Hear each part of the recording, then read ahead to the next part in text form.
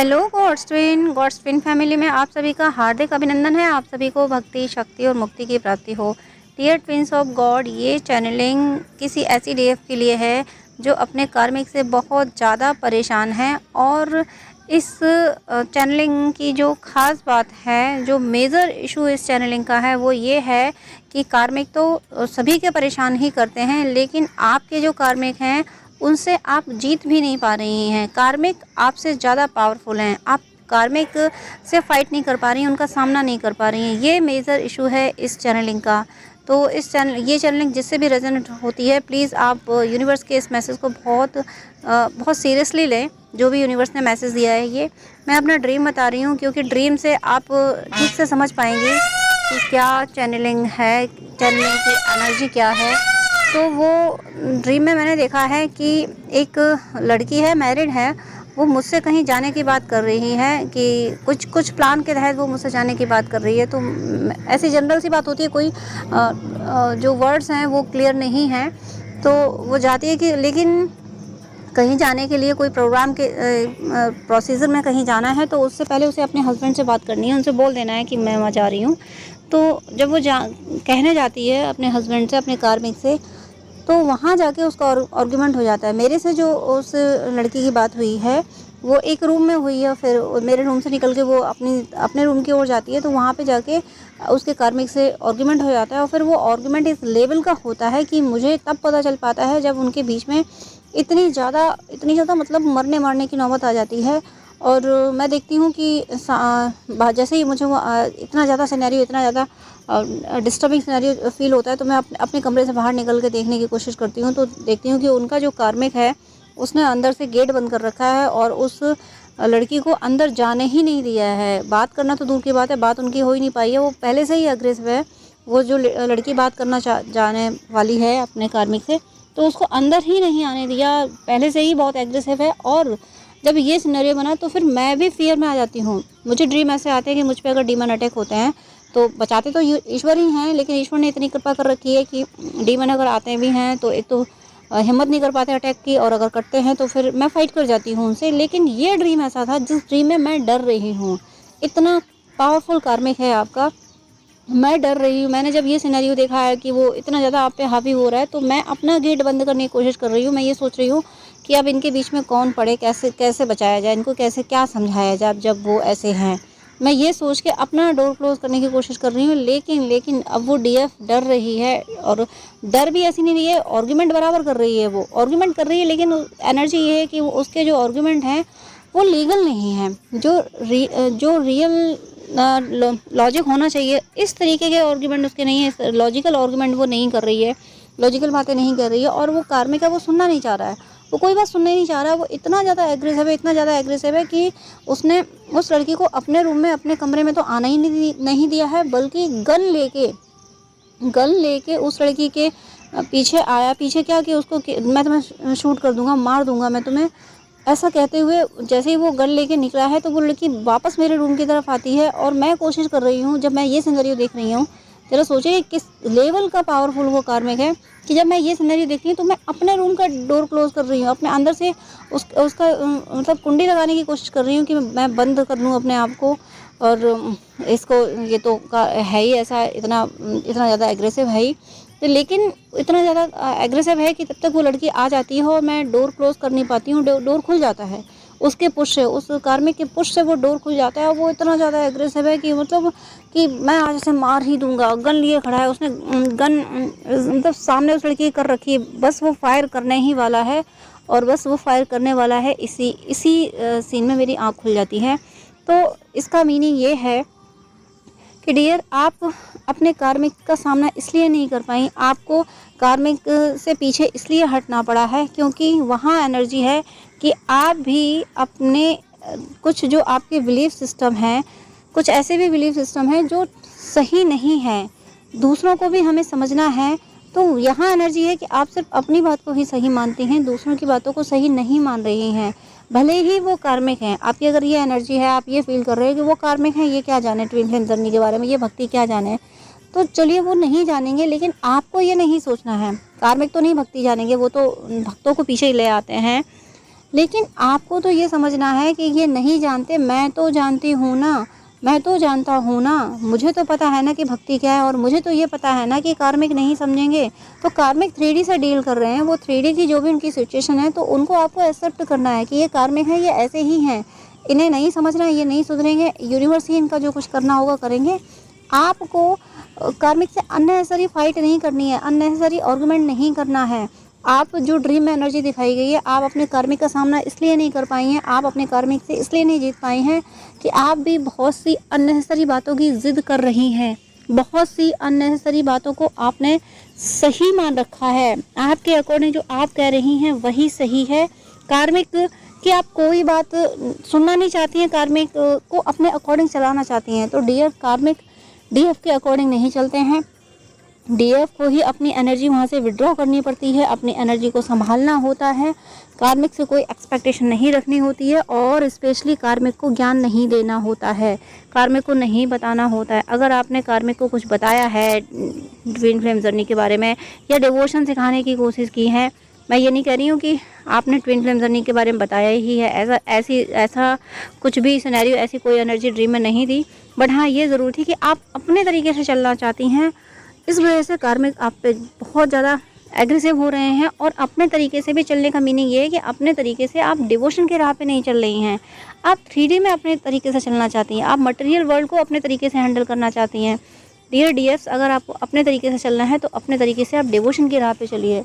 आप 3D में अपने तरीके से नहीं चल सकती, क्योंकि 3D में आपके बहुत सारे कार्मिक्स हैं। कार्मिक्स के अकॉर्डिंग कुछ बातें कार्मिक्स की माननी होती हैं, कुछ बातें ऐसी होती हैं कार्मिक को समझाने की कोशिश की जाती है, हालांकि कार्मिक नहीं समझ सकते। इसका मतलब ये नहीं है कि हम उन्हें ज़बरदस्ती समझाने की कोशिश करें। ये जो भी डीएफ हैं ये अपने अकॉर्डिंग अपने प्लान के तहत आगे बढ़ना चाहती हैं, लेकिन जैसे ही ड्रीम में इन्होंने उसको जाके अपना प्लान बताया तो उस कार्मिक ने इनका प्लान सुना तक नहीं है, आपका प्लान सुना नहीं है, और ज़बरदस्त एग्रेसिव होकर आपको आपकी जान लेने पर आमादा हुआ है। तो डियर, आपसे मेरी रिक्वेस्ट है, जो भी डीएफ इस एनर्जी में हैं कि या तो कार्मिक को ज्ञान दे रही हैं या 3D में अपने पॉइंट ऑफ व्यू से चल रही हैं, भक्ति अपने तरीके से करिए। भक्ति में भावना होती है, उसका कोई मेल नहीं होता, हर भक्त की भावना अलग होती है। भक्त भगवान को जैसे मनाता है भगवान वैसे मानते हैं, लेकिन 3D की जो सिचुएशन है, प्लीज़ इसे समझने की कोशिश कीजिए, मेरे मैसेज को समझने की कोशिश कीजिए कि 3D की जो भी सिचुएशन है ये आपको कार्मिक अकाउंट है आपका, ये आपको क्लियर करना पड़ेगा। कोई आपसे ले रहा है, कोई अननेसेसरी आपको सता रहा है, तो उससे आपको एनर्जी विड्रॉ करनी है। उसके लिए आपको मानना है कि ये कार्मिक है, ये मुझसे अपना हिसाब लेगा ही, उसको पूजा पाठ का फल दें और दिल ही दिल में उससे माफ़ी मांगें। मन ही मन आप अपने सभी कार्मिक से माफ़ी मांगें। स्पेशली अगर आपके हस्बैंड इस एनर्जी में हैं कि अगर आपको कुछ हो भी जाए तब भी उन्हें कोई फ़र्क नहीं पड़ता है, तो प्लीज़ आप दिल ही दिल में उनसे माफ़ी मांगें, क्योंकि इसमें आप डिफीट इसलिए खाई हैं क्योंकि आप भी उनको उस तरीके से डील नहीं कर रही हैं। आप भी उनको बिल्कुल भी, मतलब आप भी अपने स्टैंड पे क्लियर हैं, जो कि स्टैंड आप अपने स्टैंड पे क्लियर रहे वो अच्छी बात है। डीएफ अपने स्टैंड पे क्लियर रहे, अपनी बाउंड्री सेट करे वो ठीक है, लेकिन डीएफ रॉन्ग बाउंड्री सेट नहीं कर सकती। डीएफ मटेरियल वर्ल्ड की बाउंड्री सेट नहीं कर सकती। डीएफ पहले डिवोटी बने, पहले वो सरेंडर करे यूनिवर्स को, हे ईश्वर तुम जो करोगे मेरे लिए वही अच्छा होगा। तब जो बाउंड्री ऑलरेडी यूनिवर्स सेट कर देंगे वहाँ उसकी विक्ट्री होगी। आपका जो ड्रीम में हार ना दिखाया गया है, आप जो कार्मिक इतना पावरफुल है कि मैं भी उस डीएफ को बचा नहीं पा रही हूँ, मैं भी वहाँ पे हाथ खड़े कर रही हूँ, मैं भी सरेंडर कर रही हूँ, मैं भी ये कह रही हूँ कि ओ गॉड, इन लोगों के प्रॉब्लम में कौन फंसे ये जब इस एनर्जी में है, क्योंकि वो गन लिए खड़ा है और सामने हम लोगों के पास कुछ नहीं है, ना मेरे पास ना उस डीएफ के पास कुछ भी नहीं है, हम लोग कुछ नहीं कर पा रहे हैं। और जब वो इतना एग्रेसिव होकर आया तो वो डीएफ भी चुप हो गई है, उस डीएफ भी वो हतप्रत है, वो भी कुछ नहीं बोल पा रही है।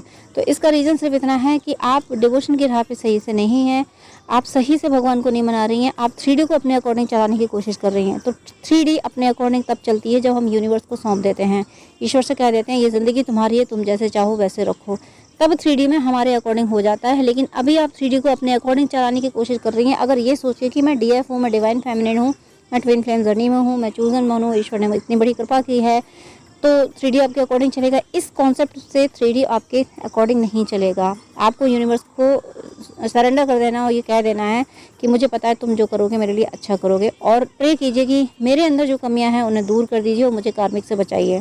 आपको अपने कार्मिक से बचने की यूनिवर्स से प्रे करनी है, क्योंकि आपके कार्मिक बहुत ज़्यादा पावरफुल हैं। वो पावरफुल इसलिए है कि आपकी एनर्जी पूरी तरह से पॉजिटिव नहीं हो पाई है, आपके अंदर इश्यूज़ हैं, इसलिए कार्मिक पावरफुल हैं। जिस दिन आप पूरी तरह से हील हो जाएंगे, जिस दिन आपको ये समझ आएगा कि मैं और मेरा ईश्वर, इसके सिवा तीसरा कुछ है ही नहीं, और तीसरा जो कुछ भी है वो 3D में तो है, तो 3D में उसको 3D की पॉइंट ऑफ व्यू से वैल्यू भी देनी है। 3D कुछ नहीं होती है हालांकि, लेकिन जितनी होती है उतनी भी हमें वैल्यू देनी पड़ेगी। सोल सब कुछ होती है, लेकिन सोल बॉडी में रहती है, तो बॉडी के कॉन्सेप्ट से जो चीज़ें होती हैं, तो उस लिमिट में उतना बॉडी के कॉन्सेप्ट को भी हमें एक्सेप्ट करना होगा, उतने काम हमें करने होंगे।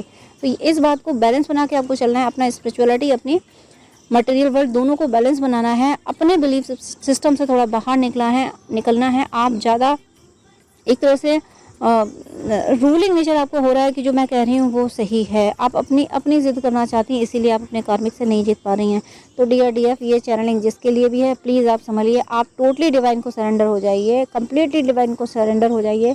ईश्वर से कहिए, हे ईश्वर, मेरे अंदर की कमियाँ आप मिटाइए, मुझे निर्मल बनाइए, मेरे सारे दोषों को मिटा दीजिए, मुझे अपनी शरण में लीजिए, मुझे इन कार्मिक से बचाइए, बचाइए, बचाइए।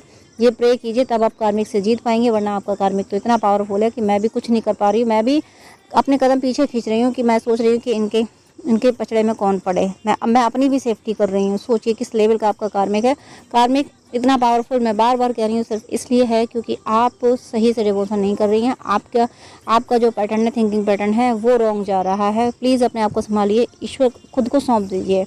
अब वो भजन सुना कीजिए, अब सौंप दिया इस जीवन का सब भार तुम्हारे हाथों में। ये सॉन्ग सुना कीजिए, इससे आपको एनर्जी मिलेगी। एक सॉन्ग ये भी आता है कि सीताराम सीताराम सीताराम कहिए, जाहि वेद राखे राम ताहि वेद रहिए।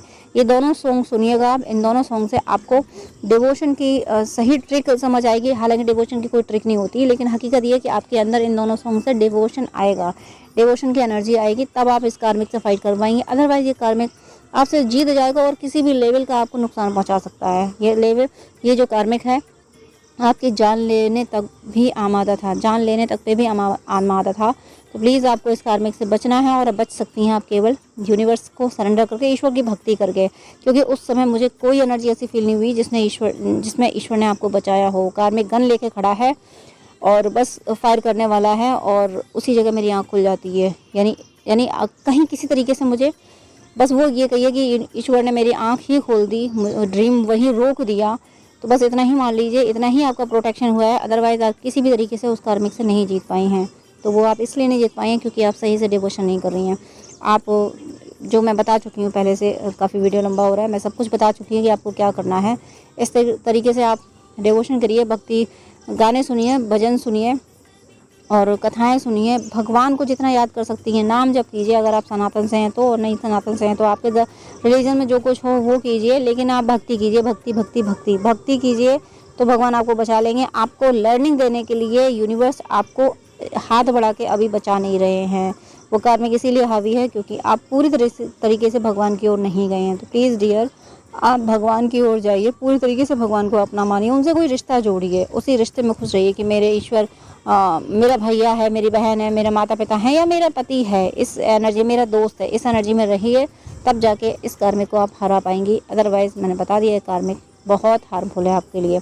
मैं प्रार्थना करती हूँ कि हे ईश्वर, ये मैसेज जिनके लिए दिया है ज़रूर उन तक पहुँच ही जाएगा, लेकिन आप सही ट्रैक पे आ जाएं। ईश्वर आपको हिम्मत दे, आपको शक्ति दे, जो आप सही ट्रैक पे आ जाए, सही से भक्ति कर सकें, और आप ईश्वर आपको संभालने, आपको बचाने इस कार्मिक से। God bless you. जय श्री कृष्णा डियर।